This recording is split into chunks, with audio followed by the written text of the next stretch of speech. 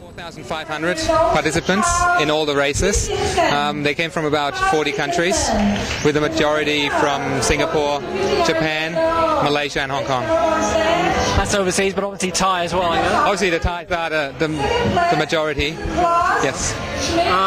You have so many different categories, but just run through some of them. Not you can mention all of them, you know them all, yeah? The different categories, the races. Well, we have a marathon, we have a half marathon, a 10.5k race, a 5-kilometer walk, and a 2k kids run. Does it get confusing because they're all almost going on all simultaneously? No, I think we can keep track of that. You started very early, at 4 o'clock, 5 o'clock. We missed the beginning of it. But did it go well in the dark? Yes, it went very well. And the reason why we start so early is just because it gets very warm. So we want to give the marathon runners a few hours in the cooler weather. Have you ever thought about holding it, say, at midnight or even, in the evening as opposed to early morning? Well, I don't think we could get any of the media here to cover it. It's difficult enough getting up in the morning, though, yeah? Yes. The weather was good. I mean, it was quite cool, though, still, when the sun did come up. Yeah, I mean, the weather's been brilliant. We haven't had any rain for probably about a week now, or hardly any rain, and that's really helped the event. Tell us about the courses then. The marathon goes up where? Up to the airport, almost the airport? It actually goes up, all the way to the airport, to the national park there, and then there's a turn around there, back down the old airport road, and then through some quiet plantations and villages. We saw some of the half marathons. They go mainly around the golf course. They do, actually. All the races come around the golf course at the back of Laguna. That's where they're all mixed up. That's where I think it looks confusing because you don't know who's in which category. But you've got all this equipment, this old technology with the chips and everything. Explain how that all works.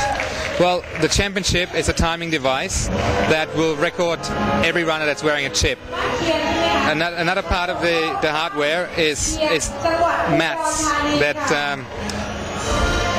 send out a signal, a magnetic field, and it gets registered.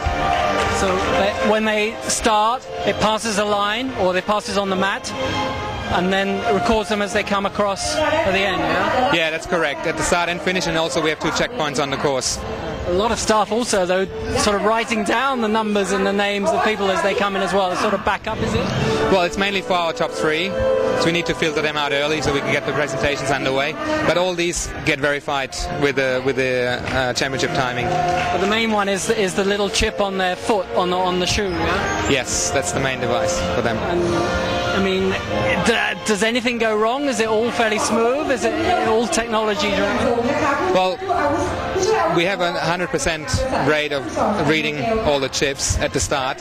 We actually set up 3 lines, a main and 2 backup lines, so we will not lose anybody on that line. Were there any complaints? Anyone have any major problems? We had one person lose his chip, one runner, but there was not much we could do about that, unfortunately. That was just bad luck for him. Well, let's talk about the main winner, Stephen. He came in at 2:29. I think Stephen Paine from Australia, who won before. Was that a good time? I think in fact he came in about 2:38, 2:39, if I'm not wrong. Yes, he ran a little bit slower than last year, but he thought he was very pleased with his race, and given the conditions, I think he did really well, and he's our 2-time champion now. And the main woman, she came in at 3:34, I think? Yeah, that's correct, yes. That's quite a way behind her. Yes, that was a lot slower than last year's winner, but still an excellent performance. And even in the half marathon, I saw a few Kenyan runners. They look quite professional, yeah? Yes, he's actually running a lot in Thailand these days, and I think he's based here, and I believe he came second. But most of them are not professional, they're all amateurs. Yeah? No, mostly amateurs, yes, because we don't actually pay prize money. What are the main prizes? I mean, we've got good sponsors, but they're getting shoes from Nike and lots of other sponsors. Is it difficult to get sponsors? Well, we're very fortunate to have signed Nike for 2 years. They are our presenting sponsor, and and they provide all the singlets for the runners, and they also provide a number of prizes for our winners, like shoes and t-shirts and things like that. So they've been really great for us. What about safety? You had the hospital, Bangkok Hospital, providing backup. Any major problems there? Well, I've spoken to the head doctor, and he reported to me that he's only had a few people with heat exhaustion, which is quite normal, but nothing serious. I don't think anyone has been admitted to hospital. And we have about 100 medical staff on the course and at the finish line, 6 or 7 ambulances, so the runners are really well looked after, I would say. I mean, you've had a lot of big age range as well, some very old people and some very young, very small kids. Yeah, well, with our event we really try to appeal to all ages, to all abilities. That's why we have so many different race distances. What's the oldest guy or woman? I'm not sure, but they're well in their 70s. You know the youngest one? I think there were a couple of boys and girls who were around 2 or 3 years old, running there with their parents. And there's that fun element as well, fancy dress costumes as well, and also the charity, raising money for charity.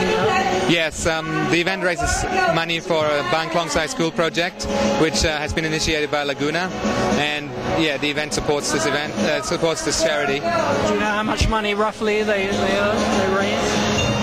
I'm afraid I haven't seen the numbers yet, because it will all be counted after the event.